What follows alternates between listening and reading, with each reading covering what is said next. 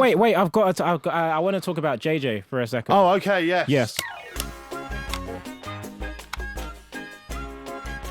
So I had a conversation with JJ back in, what year did we go Napa? 2015.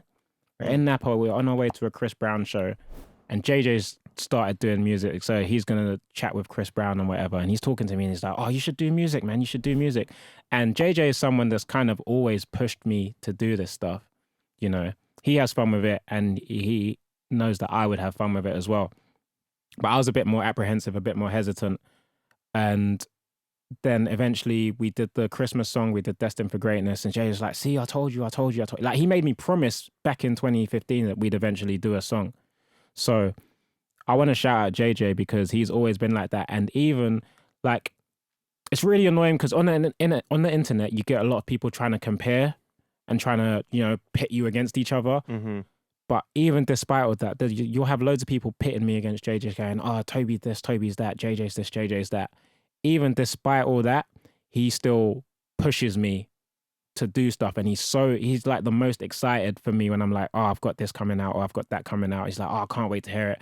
And I feel like that's a side of JJ that people they won't see it. They'll like, you'll never really see that on camera, but I want people to know that it's there. He's like, when it comes to that stuff and his friends, he is the most genuine, and he'll push you so hard to do. He doesn't like to see people slack. He wants to see everyone doing well. That's the way he's always been. And he's never, like, if we're talking about the start of the Sidemen, JJ's been the biggest from the beginning, like by a long shot. And when you deep the fact that we all have equal percentages, that was never even in JJ's mind that like, "Oh, I'm bigger than the rest of the group, like I should have a bigger cut." Like, it's always been even like that. So I want to big him up for that. Like, he's sick and he keeps pushing me. So. That is fucking... I wish he was my boss. What, JJ? Yeah. He splits everything evenly. No, that is class, and again, I don't need to go into it because I speak about it every episode. But this whole show being a learning curve for me, and different things. We had JJ on, and I was very vocal in how my opinion of him from an outsider, because that's all I ever was really, was just seeing, I was just a fan first and foremost, like completely changed when I started to hear little stories that drip through about what he'd done. So I don't know if you've seen or if you know, but I saw the story that you did. Yeah. So what I'm referring to, if anyone hasn't seen it, you can click here and we'll put it up. But basically JJ paid, there's a guy that I know called JT, he doesn't mind me using his name, I've checked, but JJ paid for, he was essentially going to be homeless for a while.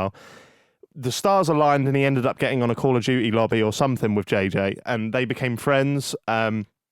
And he was like homeless for a bit, and JJ just sent him loads of money and said pay his rent. Now, that's a lovely act, and that's why I wanted to make it a clip, because I thought that's really showing a side of him that people don't see. Yeah. But what adds more kind of weight to that is he never told anyone about that. He does that all the time, and a few of the guys are like that as well. Like, we'll do stuff and people don't know about it, but when we do stuff like the spending videos, you see all that, and you don't see the stuff that we're doing in secret. So you think, "Oh, they're obnoxious, they're just flaunting their money and whatever." But that's just what, like, it kind of takes away from it when you do something and you start bragging about it. Like, for sure. What are your real intentions here? For You know sure. what I mean? And it was only by pure coincidence That you even found out. that I found out, because I know this guy. He lives round the corner from me, and he knew that I was a YouTuber, and I would go to watch JJ fight, or I'd do something, and he'd be like, "Oh, I know him." And to be fair, like, it's one of them ones where if some guy just from around the corner of you to you goes, "Oh, I know JJ," you go, Yeah. "How do you know?" Yeah. And then he ends up telling me these stories and showing me these pictures. And when JJ fought Joe, I think it was, he invited this guy down to the fight and put him in a hotel. And it's only little things like this that really show the character of the man. And JT, again, I don't think he'll mind me saying this, he's not from a life of luxury, as we know. He was gassed just to be in the hotel. Like, he was like, "Look how mad this hotel is," and it's like little things like that JJ's done that is shaped a whole generation, I think, as well. Sure. And I'm just gonna tell this story as well, because this seems like such a small thing, and it seems like I'm brown nosing him, but I'm happy to do that because of who he is now, right? And I'm happy to admit that I was so wrong about this person that I just saw on a screen years ago, and I think he knows that now. Fiona tells this story a lot, and it does sound like the smallest thing, but guys, you need to remember, this is a man that's got a lot of fame. I've met a lot of famous people. I'm very lucky to have met people that are successful. Fame can change you. However, we were at the fight, Miami, Gibb versus Jake, and we're up on this platform. JJ's there, and you can tell some of the like American YouTubers and some of the British ones as well, like they're buzzing that JJ's there, like, oh, it's KSI, it's KSI. He comes over to speak to me and Alfie, and I say to Fee, I go, oh, this is Fiona, my partner.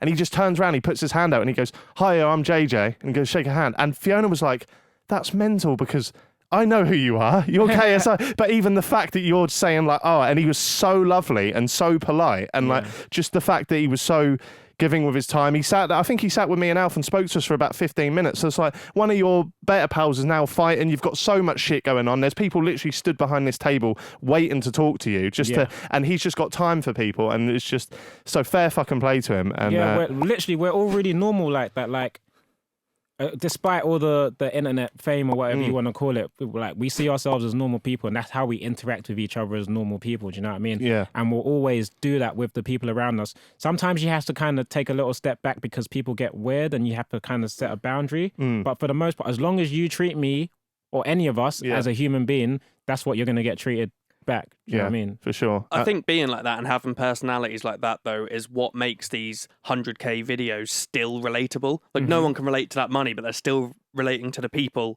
who are doing it. Yeah. So everything goes down to your personality, and that's why you guys do so well. That is true. The lovely thing that you said is how he's genuinely excited to see his friends do well.